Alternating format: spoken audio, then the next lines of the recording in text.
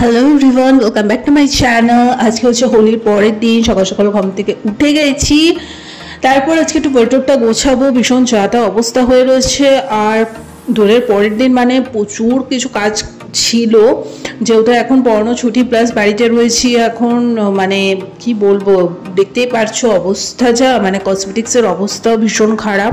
তো এগুলো সব 1-1.5 ঘন্টা ধরে পুরো সেট করলাম, সমস্ত টেনে বার করে জিনিসটা জায়গায় সমস্ত গোছালাম। তোমাদের হয়তো ভিডিওটা অনেকটা মানে দেখে মনে হয় তাড়াতাড়ি হয়ে গেল, বাট এতটাও তাড়াতাড়ি না। তারপরে চলে আসলাম জুতোগুলো সব ধুতে, কারণ কালকে রং খেলে অবস্থা ভীষণ শোচনীয়, দেখতেই পারছো। তো যাই হোক, এটাই হচ্ছে দোল খেলার মানে কি বলে, দোল খেলার পরের অবস্থা এটাই হয় আর কি। তাও চেষ্টা করেছি, সবটা রং তো ওঠেনি, বাট ওই যেটুকু পসিবল হলো ওঠানোর চেষ্টা করলাম। তো যাই হোক, তারপরে ভালো করে জুতো ফুতো পরিষ্কার করে স্নান টান করে পুজো দিয়ে লাঞ্চ করা কমপ্লিট। তারপরে একটু ঠান্ডা ঠান্ডা ডাবের জল খাবো, কারণ এই গরমকালে কিন্তু ডাবের জলগুলো খাওয়া ভীষণ দরকার। শরীর ভীষণ ডিহাইড্রেট হয়ে যাচ্ছে। সবাই তোমরা সুস্থ থাকবে।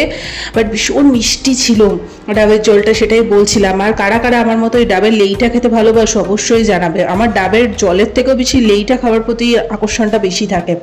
তো তারপর অ্যাজ ইউজুয়াল বিকেলবেলাটা একটু ঘুমালাম, তারপরে ঘুমটুম থেকে উঠলাম, তারপর দিদির সাথে অনেকক্ষণ গল্প করলাম। দিদির সাথে কথা হচ্ছিল, আমার দিদি অ্যাকচুয়ালি রাজস্থান ঘুরতে গেছে। সো আমি চাইলে কয়েকটা ছোট ছোট ছবি আমি এখানে অ্যাটাচ করে দেবো। আর এত ভালো লাগলো না, এবং আমার মনে হচ্ছে আমি নিজে কবে যাবো, এত অপূর্ব সুন্দর জায়গা, ও মাই গড কি বলবো। তাই অনেকক্ষণ রাজস্থান নিয়ে গল্প টল্প করছিল। বিন্দাস আছে, 15-16 দিনের হয়তো একটা ট্রিপ করবে। সো কয়েকটা ছোট ছোট ছবি আমি তোমাদের সাথে অ্যাটাচ করছি। সো চলো তোমরা একটু দেখে নাও।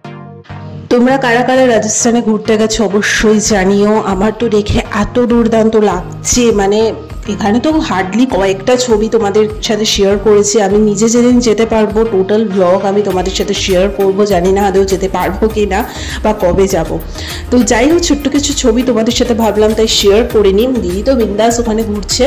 তো যাই হোক, তারপর সন্ধ্যাবেলা ভাই একটু ঝাল ঝাল ফুচকা নিয়ে আসলো, দেন আমি একটু ফুচকা খাবো। খেয়ে দিয়ে আজকে বিকেলে একটু বেরোনোর কথা আছে শিলিদের বাড়িতে, সব বন্ধুরা মিলে আজকে একটু আড্ডা ফাড্ডা মারবো, একটু খাওয়া দাওয়ার প্ল্যান প্রোগ্রামিং রয়েছে।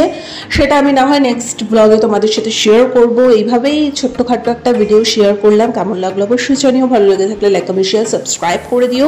আর দোলের পরে তোমাদের কার কীরকম অবস্থা হয় অবশ্যই জানিও।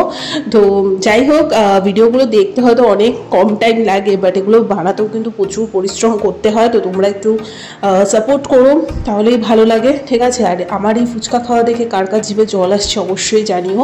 আর প্রপারলি এরকম বাড়িতে বসে অনেক দিন বাদে ফুচকা খেতে না দুর্দান্ত লাগছে। আর ফুচকা সব মেয়েদেরই ভীষণ পছন্দের একটা খাবার যেটাকে বলে। আর সন্ধ্যের টাইমে পেয়ে গেলে তো খুবই ভালো হয়। সো চলো ঝটপট খেয়ে দিয়ে রেডি টেডি হয়ে এবারে বেরোবো।